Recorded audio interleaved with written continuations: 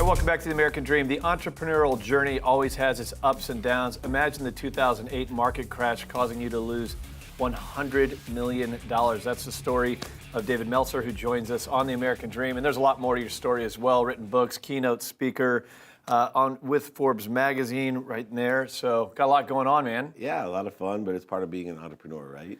Yeah, so you've had your fair share of ups and downs. I know you write about it in your books. So I'm not sharing anything that you haven't personally, publicly shared. But for anyone who doesn't know you, give us the story. Where did you start? Take us up to 2008. Just real quickly, grew up poor, wanted to be rich so I could buy my mom a house and a car.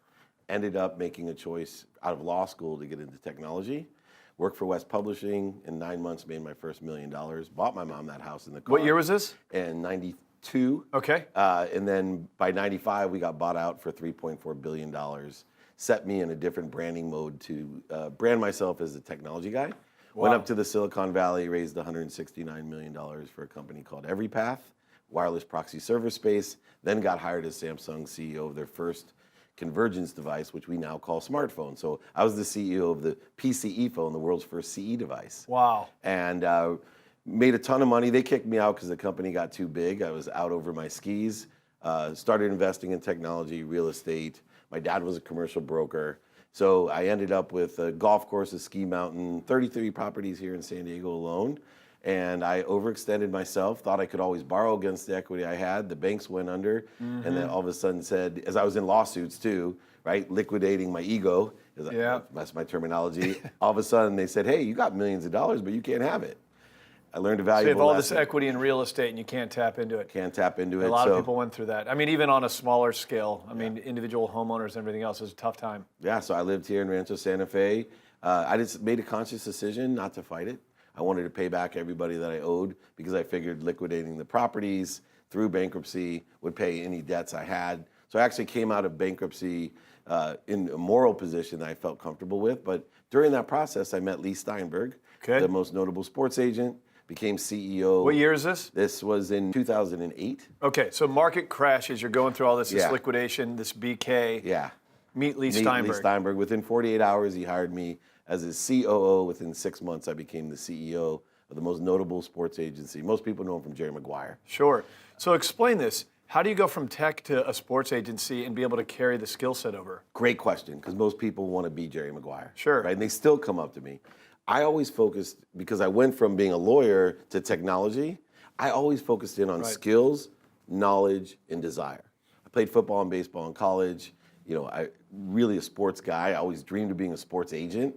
But for me, I had developed skills. So when I talked to Lee Steinberg, I wasn't looking for a job. I was representing a friend for a reality show called Showtime. Okay. But I talked about my skill set, my administrative, my organization, my operation skill set, my ability to raise money, as well as my technology background, and it caught Lee's eye. And so out of all the thousands of resumes that he had to take Jeff Morad's job, the old owner of the Padres, who was COO of Lee's, I got the job. Wow. Because of my skills, knowledge, and desire. And they did. They translated completely over. And I still look for kids by their values, their skills, and their knowledge, not by whether they worked for CAA or David Dunn or anyone. Skills, knowledge, and desire. What were the biggest lessons you've learned through the adversity of 2008? Value. So I live my life. I wake up every morning now, instead of trying to take and compete, there's no resistance in my life. I actually shifted the paradigm and said, you know what? I have a great gift. I'm going to start giving it, meaning I pray to God for 10 people that I can help every day. It's very simple. I work just as hard. I love to work. I enjoy the pursuit of my potential. But my goal in life is to provide value, and I trust the universe that it'll bring everything back to me that I ask for, and I've learned to ask big. So you mentioned you're a former athlete, so you have that competitive spirit. Let's not embarrass myself, right? I played in college. Hey, I claim it too, and I didn't get through anything past high school. Right. But you have that competitive spirit in you, that entrepreneurial spirit. That kind of started you, got you to where you're going, but then over time, maybe humbled by 2008, you learned to focus more on values and giving, and you feel like that's reciprocated pretty well for you. Yeah, served my way up, served my way out. I still do. I trust in the fact that if I provide value, that the universe, it creates a void for the universe to fill, and it's much easier to fill that void than me making promises. And so all I do is stay focused in on the value that I can provide. I do believe in a consistent every day, persistent without quit, enjoyment of the pursuit of my potential. You're on a show called The American Dream. Can I ask you what you believe the American Dream is? American dream is to pursue your potential. I travel around the world, I speak around the world, and not everybody has the opportunity to enjoy the pursuit of their potential. You can come here with nothing. I was born with 6 kids and a single mom in a 2-bedroom apartment in Akron, Ohio. Wow. And by the time I was 9, I was living in San Diego, and by the time I was 25, I was a multimillionaire. I was afforded the luxury of pursuing my potential. It's the only thing standing between you and the American dream, and your dream is you. Other countries, you can't say that. Yep, love it. Wow. Dave, great interview. Thank you so much for coming on the show. Anytime. Thank you. All right, more of The American Dream coming up next. Welcome back to The American Dream. There is no doubt about it, the real estate industry is under disruption and chaos. You have companies like Purple Bricks and Redfins trying to commoditize the industry to circumvent the realtor. I'm a big believer that to gain market share, you've got to be a great marketer, and with that disruption creates amazing opportunities. One of the best marketers I've ever met in real estate, Seth joins us on the show right now. Seth, good to have you. Yeah, thank you. Just won a big award as it pertains specifically to the marketing of real estate. Yeah, this was cool. Yeah, we stoked to talk about this. The San Diego Business Journal, obviously, the go-to publication for people in business right now. Yep. They do an award every year called the Best in Real Estate, and we were really proud because BOSA, when they were building Pacific Gate, identified a few key brokers that in the resale market, they wanted to help push the project along. Well, we did a whole video marketing series around Pacific Gate, and we're really happy to say San Diego Business Journal gave us best real estate deals for our marketing. But let's be clear. Tell everyone real quickly what Pacific Gate is. Yes. So Pacific Gate is the most expensive high-rise ever built in San Diego. Yeah. So it's insane. Yeah. Couple of the amenities, share. There's a yacht share, a private yacht share. So there's one yacht that everybody it's in the HOA has. You have a fleet of Porsches that you can drive, that you can take out on trade. There's something called a chef concierge, which has nothing to do with being a chef. It's a concierge that essentially does everything and anything you want. And so the penthouse sold for $15 million. It's what's called a super prime building, which is one of the rarest buildings for high rises at the highest level you could get to. And so we did hopefully a fairly inspired marketing project around it. But we were just excited because this year's been amazing for getting recognized for all the work we put in. So marketing luxury real estate, which is a lot different than your median prices, whether it's in Southern California or all across the country. Now, The American Dream is a national television show. We're all across, I think, 23 cities now, from San Diego to New York City to Seattle to Dallas, all the way to the middle, and St. Louis and Cincinnati. And we always talk about how marketing is so important when it comes to properties, helping them get top dollar.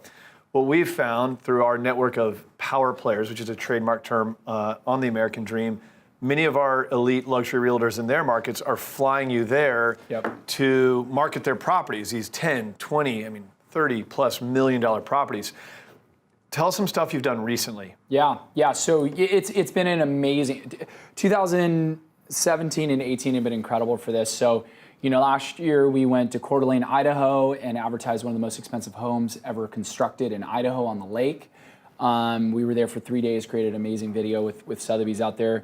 Then we went up and worked with Wes Jones and Keller Williams on one of the most expensive houses on the market in the entire state of Washington. 4 houses on Lake Washington, unbelievable house. Then we went to Aspen, Colorado, and advertised a house that actually owns 400 acres on the backside of Ajax. So you actually own part of Aspen Mountain. Wow. There's no way you can be king of the hill if you're not the king of Aspen, right? Yeah. That's where the billionaires pushed out the millionaires. So we got hired to go out there and advertise $30 million in real estate in 48 hours. And just came back from, I believe, my favorite trip we've ever done, which is we went to Steamboat, Colorado, and we worked with Steamboat Sotheby's and all the brokers there, and used the ability for us now to make our content national with The American Dream, but craft really highly produced content around dual purpose marketing, right? Or kind of, we run these 2 marketing channels in parallel. One is chronicling to our 24,000 followers on Instagram and 20 other thousand followers on Facebook in the real estate arena, like we chronicle in real time us flying out there, the experience of seeing this part of the world for the first time is showcasing all these amazing properties. And then at the end of it, we come out with usually a series of like 5 to 10 videos. Partially, it's about us using our eyes in San Diego, real estate experts, but unfamiliar usually with the cities that we're going to, and seeing these homes for the first time and kind of seeing the effect it has on us and how inspired we are. And then a lot of videos just down and dirty, like marketing the property and creating a series of videos that we then help them figure out a sequencing plan with. So on Facebook, we can essentially create a click funnel for luxury clients. We've got one that we're doing right now on a $20 million property, and we have identified 4 billionaires in China and Japan through these marketing techniques that we've learned, and we know that they're watching the content, and we're just spoon feeding them the exact perfect content for that property. It's been incredibly successful. And I hope it's the beginning of lots of this. No, it's fun to watch. So what Seth does better than anyone is he creates a story around the lifestyle of that property. And you would maybe call that content, right? Sure. A storyline, creating content. But then the distribution side of it is you're mentioning targeting billionaires in other parts of the world where not only are you creating this great story, but you're finding the people to put that story in front of. I don't know anyone doing this all across the country. And I've been traveling, meeting the best brokers everywhere and sitting right next to who I consider to be the best. So if you are selling a piece of luxury real estate, great guy to learn from. If you are a realtor, great guy to maybe reach out to. I've seen it firsthand. It's been a remarkable journey to watch. Seth O'Byrne, thanks for coming on the show. Thank you. More of The American Dream coming up next.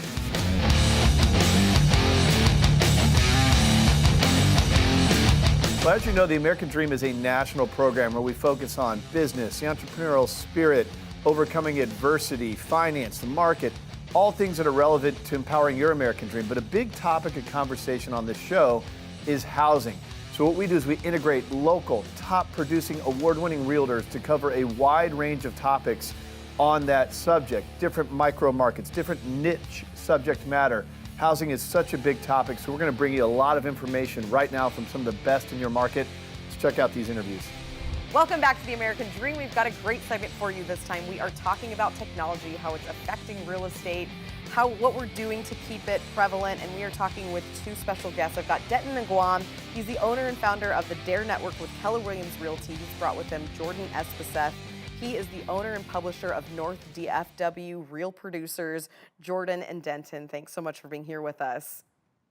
Yeah, thank you, Kara. We really appreciate it. Thanks for having us. Of course. So Denton, my first question's for you. With technology changing so fast, it's affecting your industry of real estate. How is this affecting your relationship with the consumer and the real estate community? Yeah, I mean, there's a lot of things going on very fast. It's both good and bad. A couple numbers. Just in the last 2 years, 2016, 2017, there was just over $6 billion spent on real estate technology.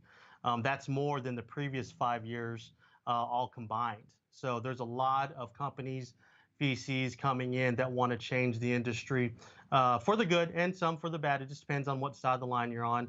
This goes from lead generation systems to internal systems for your businesses to consumer-facing apps to even AI chatbots. So what we're doing for the consumer is really focusing on them. There is some great technology out there that we're focusing on to make sure that the consumer experience still stays at the forefront of the experience. And let me give you a couple examples. We want it to feel like you can just go to an app and do your entire process from your app, kind of like you do whenever you buy anything online these days. You kind of get updated through your app. You get all your notifications through your app. Everything is stored in your app. And I think today everybody uses their phone for pretty much almost everything. I even had a mentor ask, when you wake up, how fast do you go to your phone? Well, it's pretty fast. Another example is one thing with the app is we want real-time data. So let me give you an example of that, which is awesome. There's going to be real-time data. Let's say you buy a house and you have a loan on it, and rates drop to a certain level. And when rates drop to that level, you'll save money on your house if you were to refinance. Well, this app is going to tell you basically that day, hey, rates drop to this. If you refinance today, you'll save X amount of money over the next 15 to 20 years. Would you like to do it? And that is what is coming. That is the real-time data that is going to be consumer-facing. That's awesome, I think, for consumers. So now, with technology moving so quickly, is there a way for us to still keep in touch with the print industry? I'm assuming, Jordan, that's what you're familiar with. Tell us about Real Producers. Yeah. So Real Producers Magazine, we just launched 3 years ago. We're now in over 60 markets across the U.S. As we talked about, San Diego is one of them. And what we do in every market is we take the top 500 real estate agents based off of the MLS production, so true data, and we build an exclusive publication around those agents where we share their stories, successes, market trends, upcoming events, really anything that will connect, motivate, and inspire this top group of agents, we put within that publication. And that goes out every single month. And what we also do is every quarter we host an event. We invite the top 500, tell them to bring their teams.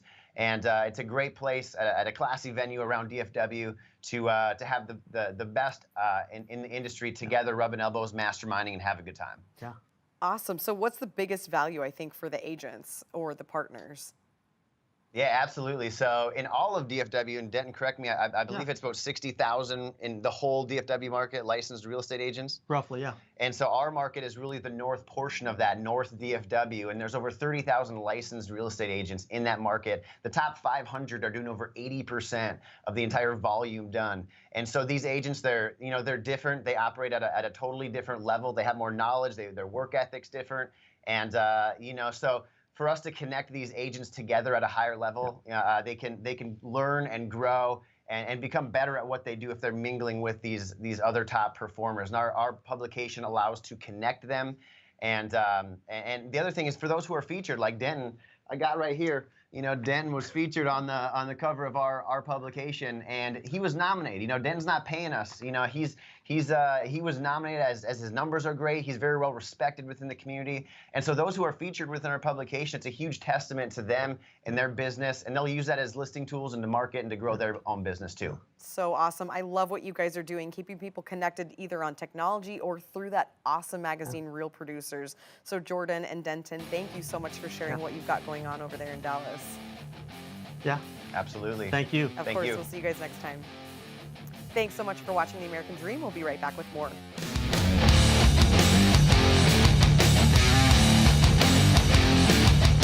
All right, welcome back to the show. We have a really special guest. She flew in from Dallas just for our interview here today. One of our power players of Dallas real estate, Tierny. Jordan, good to have you on the show. Thanks for having me. So you came all the way to America's finest city to be on this thing. Yes, I'm excited. Love it.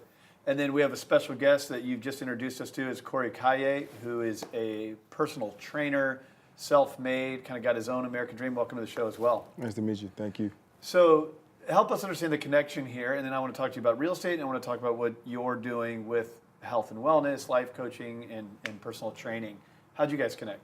So I saw Corey on Khloe Kardashian's Revenge Body, and he was speaking, and I really liked how he trained and was interested in working with him. So I reached out through his website, and we met that way and ended up meeting in person. So It's funny how that connection can get made in the world we live in today. You can go to someone's website, social media, all that. So where's your passion come from as far as helping others stay in shape? Where's your It started fuel for your fire? Just for myself. Just wanted to be a better person. And I saw what I had the ability to be able to connect with people like me and Tierny did. And I started to do that with everyone and realized that it's not just about the physical, it's the mental, the emotional. It's the spiritual part of it that makes me do what I do, to make me connect with people, to make them grow. And that's, it became like more than just training, it was family. It was like instant, connection, and we've been doing it ever since. I think maybe 5-10 years ago when people thought of working out as lifting weights, hitting the treadmill, but now you mentioned the mentality of it, spirituality, I think you even said. How do you feel like that plays in? Because I feel like the world has changed. I mean, I meditate every morning now. I think the world is shifted a bit as it pertains to health and wellness. What do you think? I believe it's a mindset now. It's more than just the physical aspect of it, because think about going to a gym. Before you walk into the place, you have to make the decision whether or not I'm going to do it or not. You have to go in there with the right motivation, the right mindset, saying, you know what, I'm going to actually take the time to get things done right and not just be in a place where I'm just being here, not doing anything. So I think the mindset of it, and we live in the world of motivation, inspiration, and mindset now, it just makes you understand why people do what they do when it comes to living a healthy lifestyle. It's a mindset. It's a motivational game. It's inspiration that makes you want to do it. Gotcha. How was it like being on a reality TV show? I mean, it's my 3rd season, so I mean, it's pretty good. Oh, really? So you've been on consistently each season? Yeah, I'm the celebrity trainer. I train Michael B. Jordan, all the movies and stuff like that. Yeah. Right on, man. I'm not your average LA fitness trainer. Yeah, I get that. So, and you're a real estate guru. Let's not forget that. So you flew in from Dallas. You're one of our power players that we feature on the show there. How's the market going? So the market's starting to shift a little bit. Yeah. I was just talking yesterday at a conference we did, and it's shifted somewhat towards a buyer's market. So it's slowing down really just because of the inventory. So as inventory increases, you have demand that goes down and pricing goes down slightly. Yep. So it hasn't all the way shifted like what we saw in 2008, 2009. Yep. But we're starting to see a little bit of a dip. So one of the things I loved about Tierny when we met in Dallas was that you're not just a real estate expert. You're also kind of like Corey. You're a coach. Yeah. You're a coach for the industry. So B2B, you're helping other people across the country lift their game. Explain what you have going on there. Yeah, so just excited to bring back more value to consumers. And it comes through education and training and coaching other real estate agents. So we're doing conferences throughout the United States. We just did one in Atlanta, we were in Arkansas, and we did one here and in Dallas this month. So. And you're helping Corey with his real estate portfolio, correct? Yeah. How's that going? I mean, it's the beginning stage. Yeah. It's new, but it's something, I always wanted to get into, but I didn't know nobody, didn't know anything. And when I met Tierny, it was like, okay, she's in my life for a reason, for real now. Yep. And I'm excited about it to see, the growth and see, ready to attack the market. Yeah, it's a piece of the American dream. It's not the whole American dream. Yes. And I love the message you bring here today, because it doesn't matter how much money you have or how successful you think you are. If you're not healthy and you don't feel good, then you're missing out on a big part of life. So awesome that you're doing that, Corey. Thanks for coming on the American Dream. you.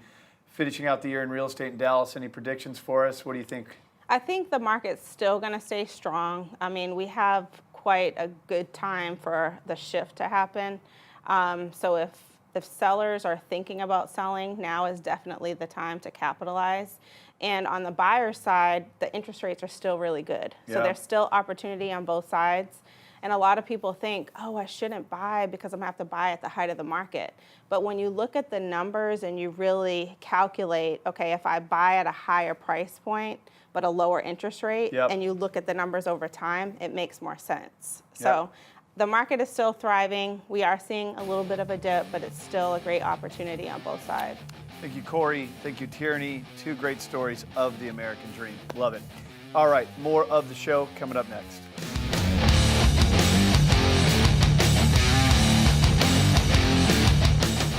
And now for the Mortgage Minute, we have Andy Tuttle with us. He is the branch manager of the Tuttle Group with Fairway Independent Mortgage. Andy, thank you so much for being back on the show. Thanks for having me, Jen. So Andy, my question for you today really pertains to self-employed individuals. How do they get ahead on the home buying process when they are self-employed? It's a great question, and frankly, one of the things that you can do if you're self-employed, one of the problems you face, I should say, is that you want to write off as much as possible, right? That is legal, to make sure you don't overpay for taxes when you own a business. But when you go to buy a house, we have to go off tax returns when you're self-employed. And so if you're not claiming anything to the IRS, then we're not going to be able to qualify you for the home you want. So what you need to do is get with your CPA, plan a little bit more, a year out at least on filing taxes, sometimes 2 years, depending how long you've been in business. And you want to get with a lender and say, hey, I want to file my taxes. Here's the home price that I want. What do I need to make to qualify for this home? What is the qualification parameters? And once you get that information, you can go and talk to your CPA and make sure you're filing enough to minimize your tax burden, but also claiming enough to qualify for the home that you want. Are there any pitfalls that we should be careful of? Well, make sure you're doing it legally, and make sure that you are looking at your overall, as far as pitfalls concerned, when claiming your income, just make sure that you are not waiting until the last minute, and make sure that if you are starting new businesses or have multiple businesses, that those businesses aren't claiming too big of losses, or the CPAs make sure to putting those on the capital loss line so it doesn't look like a recurring expense, because you can add those losses back in. Sure. Fine line that we have to walk. Andy, thank you so much. Great advice today. Thank you.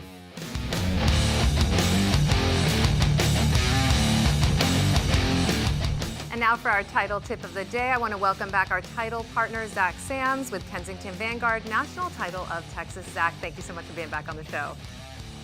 Glad to be back, Jen. Thank you. So Zach, I see you've brought along a very special person to help you along with this series that we're doing on title. Yes, I did. This is Christy Blagg. She is our senior escrow officer and our residential team lead here in the Dallas-Fort Worth area. And last week I kind of explained, how the title process gets started. Once a contract is executed, that's when the title company enters the picture. And I've asked Christy to come along and just kind of take us to that next step on the front end processing of a file and what the consumer can expect when they enter the title company and what's going to happen as they move towards closing on their new property. Welcome to the show, Christy. Thank you. Thank you, Jen. Thank you, Zach. I'm excited to share some information with you guys.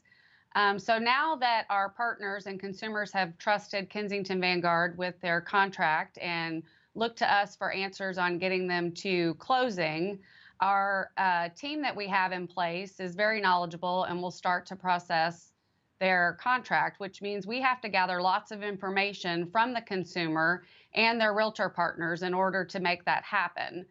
We'll be reaching out to our clients for things such as surveys, for homeowners association information, for payoff information, for home warranty contacts, and other miscellaneous and very private information that we'll do via phone, because we do want to make sure that their private information is kept confidential and secure.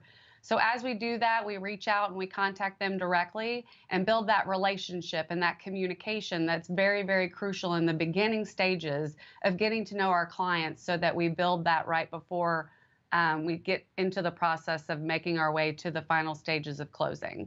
Sure. Well, thank you so much, Christy, for setting up some of our expectations on that front, and I will see you next time, Zach. Absolutely. Thanks, Jen. Talk soon. Thank you. All right, that's all for the American Dream. Thank you so much for checking us out. Remember, our goal is to educate, empower, and engage your American Dream. Don't forget, we love you to breathe oxygen into this message. Follow us on social media, and don't forget, we'll catch you next time. See you next week.